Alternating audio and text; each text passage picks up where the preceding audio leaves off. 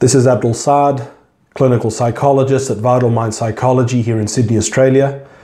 And today I am continuing with my newest installment of videos, giving particular focus to the empath-narcissist dynamic. And as promised in this video, I will be discussing the attachment system and the energy exchange system as a way to further deepen our understanding of the affinity that we see between the empath and the narcissist in relationships. Thank you for your continued support. My website is www.vitalmind.com.au. You can also look up my practice on Facebook, Vital Mind Psychology.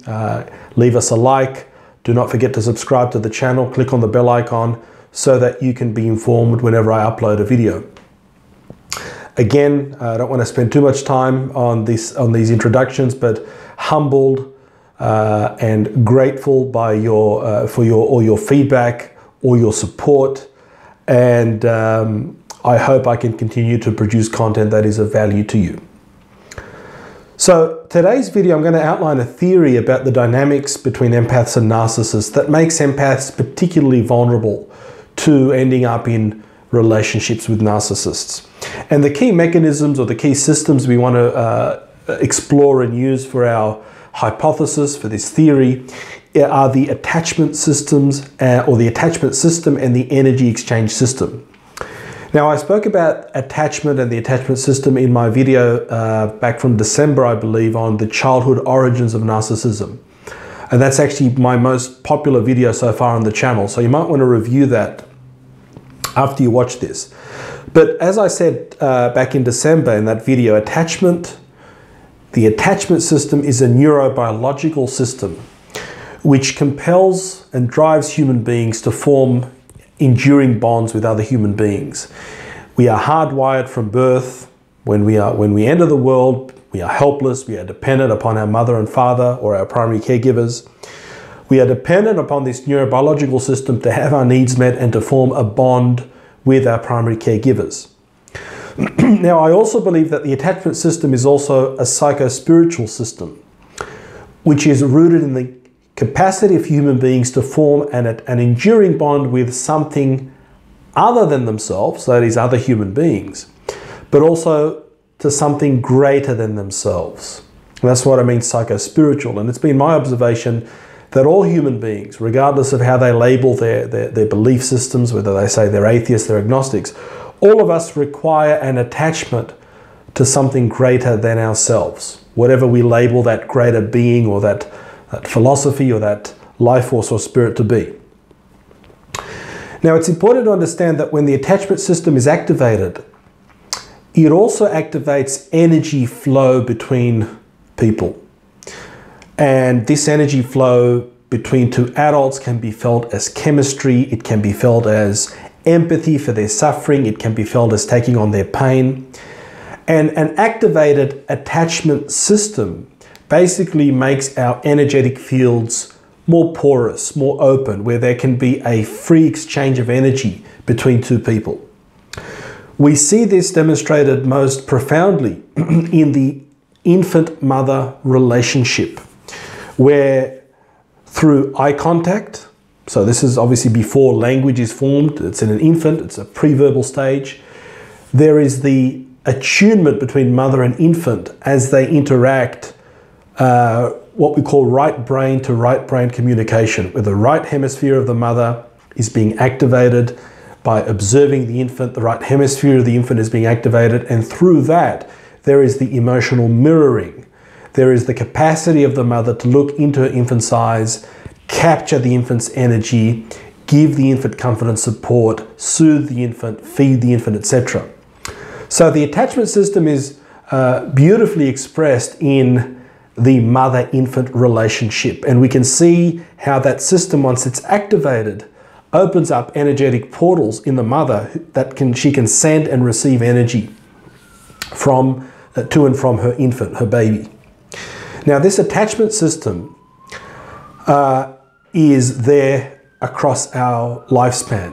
And I think for the empath, one of the things I hypothesize, one of the things I observe is that empaths are, for whatever reason, predetermined, temperament, upbringing, environment, a whole host of factors, typically have an attachment system that is very easily activated compared to other people.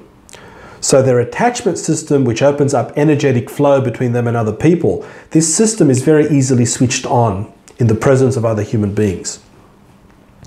Now, the advantages of this for the empath is that it includes a greater capacity for them to develop bonds with others, to feel others' pain. The disadvantages for the empath of an attachment system which is too easily turned on is that it can increase the tendency to assume a greater level of closeness or intimacy with someone that actually exists.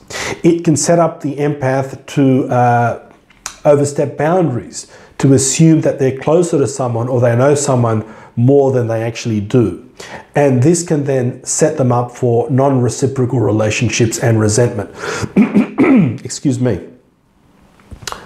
Now, compared to the empath, the attachment system of the narcissist is highly dysfunctional because remember, the attachment system is based on the capacity to form an enduring bond with that which is different from me, human to human interaction, and that which is greater than me, psycho-spiritual attachment. Now, if you've watched my videos, you would understand that this is incredibly difficult for the narcissist because the narcissist habitually views others as extensions of themselves. So the attachment system of the narcissist is highly dysfunctional because the narcissist lacks a coherent, integrated sense of self. The narcissist cannot really see the other as the other. Hence, the energetic flow with the narcissist is only one way. There isn't any two-way flow. Although in the beginning of a relationship, through their mental acuity, a narcissist will know how to open up the energetic fields of the empath, how to extract from them sympathy, how to extract from them even sexual energy in order that they may enter into this parasitic relationship where the empath is basically feeding off the narcissist, I beg your pardon, is feeding off the energy of the empath.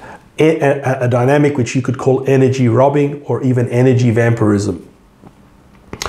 So the empath, being the quintessential giver, someone who is exquisitely attuned to detecting the energy and needs of others, is a lot more vulnerable to becoming prey for the narcissist with this vastly open energetic fields that are highly porous with an attachment system that is so easily activated. And as the attachment system of the empath is being constantly activated by the narcissist, because of the narcissist, as I've said in the previous video, push-pull behaviors, the gaslighting, the confusion, the making you doubt reality. The attachment system of the empath is in chronic activation when in relation with the narcissist. The energy flow from the empath to the narcissist is continuous. And we even see this after the relationship breakup with the empath sometimes becoming obsessive about wanting to know more about the narcissist and are they thinking of me and, you know, have they moved on with their life? And this is why I do not entertain these things in my videos because I don't think it's healthy. I think this is pathological to become obsessed about these minutiae about the narcissist because it robs you of further energy. So the empath enters into a destructive, highly parasitic relationship with the narcissist, becoming an energy sponge, where the narcissist is locked into the parasitic relationship where energy is being stolen from the empath. Now, the narcissist thrives on the energy of others to deal with their own internal emptiness and chronic boredom. And for many narcissists, upsetting people, manipulating people, hurting people is actually a way in which they sometimes, very subtly, rob people of their energy, leave you feeling after an interaction disturbed, feeling very different to how you felt before the interaction started.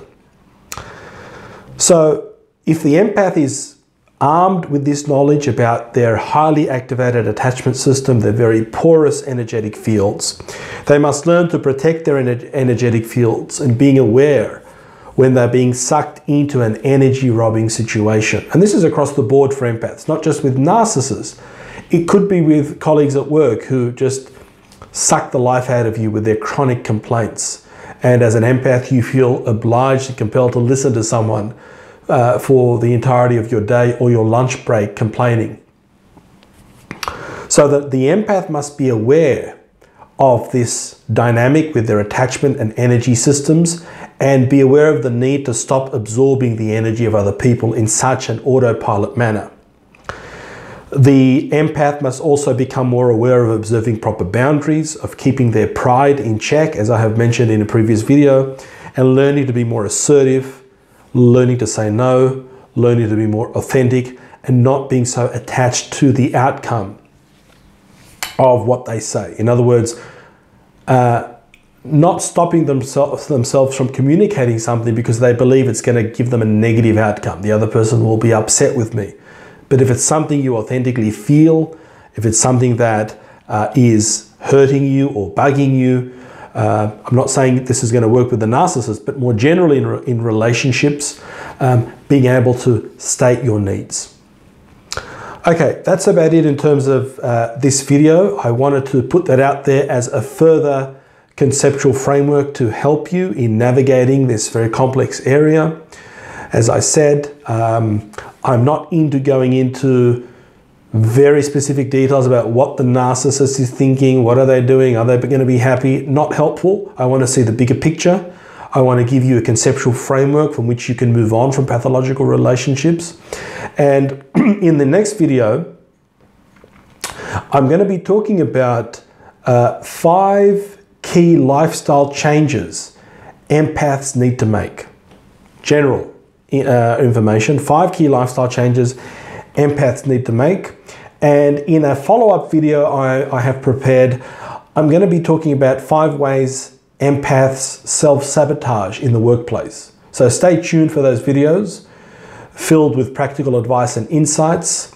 Subscribe, keep up the comments, check out my website vitalmind.com.au, check out my Facebook page, press like, follow my posts.